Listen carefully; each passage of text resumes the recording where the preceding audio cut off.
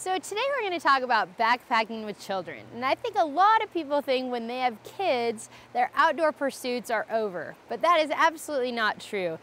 Infants, babies, and children are great to go out on the trail with. You just have to do it a lot differently than you used to when you didn't have children. First thing you need to consider is that you need to adjust your goals, because obviously if you have little people with you, you're going to be going a lot slower. You're not going to be able to go on as intensive terrain, and you're not going to be able to get as far. So you need to evaluate where you want to go and set your family up for success by not planning such a huge trip. Just knowing that you might hike a half a mile in an hour or so. It might take you that long to get there, since you have little people that are either being carried by you or they're walking very slowly. The amount of gear is also obviously a huge factor. When children come into your life, you have to have a lot more stuff.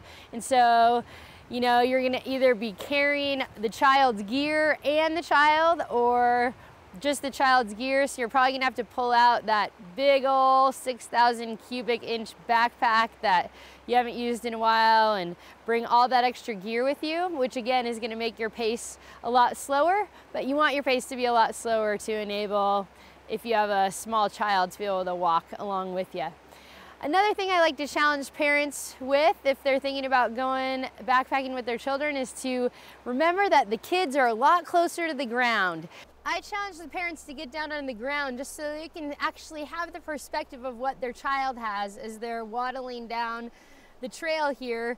I may have missed these beautiful flowers that I'm seeing, or the little ant hill that's on the ground, or if I'm by a stream like I am right now, I can pick up some of these nice flat stones and skip rocks. And I really just like to emphasize that if the parent can get down on the level of the child, it really helps out and helps them understand all the distractions that their children are having, and it makes great activities for you as a family to have as you're moving down the trail.